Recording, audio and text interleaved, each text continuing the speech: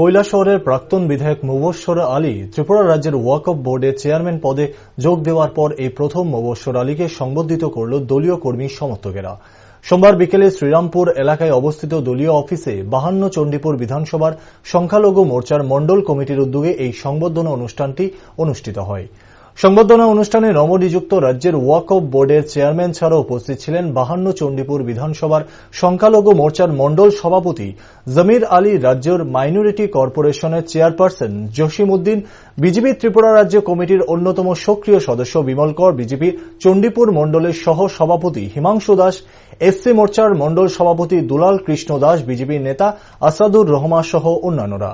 অনুষ্ঠানে 52 চণ্ডীপুর সংখ্যালঘু মোর্চার মণ্ডল সভাপতি জমির আলী, নবনিযুক্ত রাজ্যের ওয়াকফ বোর্ডের চেয়ারম্যান মুবস্সর আলী এবং রাজ্যের মাইনরিটি কর্পোরেশনের চেয়ারম্যান জসিম উদ্দিনকে উত্তরীয় পরিয়ে এবং পুষ্পস্তবক দিয়ে সংবর্ধিত করেন।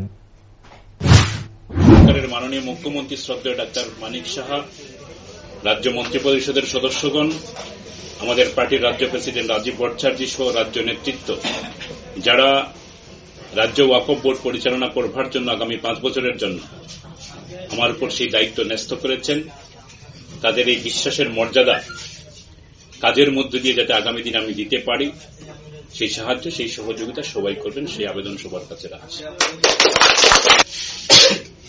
ভারতীয় জনতা পার্টি যেহেতু এখানে সাংগঠনিক সংবর্ধনা সভা, আজকে যে পরিসরে ভারতীয় জনতা পার্টি আমাদের দেশের মধ্যে, আমাদের রাজ্যের মধ্যে, আমাদের এলাকার মধ্যে কাজ করছে,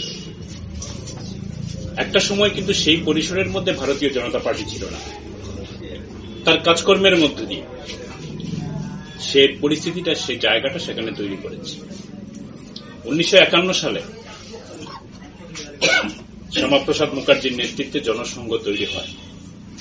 পরবর্তী সময় জরুরি অবস্থা 75 সালে কিছুদিনের জন্য জনতা পার্টি সেখানের মধ্যে তৈরি হয়। সর্বশেষ 1980 সালের এপ্রিল মাসের 6 তারিখ ভারতীয় জনতা পার্টি, যে পার্টিটার কার্যকর্তা আমরা এখানের মধ্যে, সেই পার্টিটার জন্ম হয়।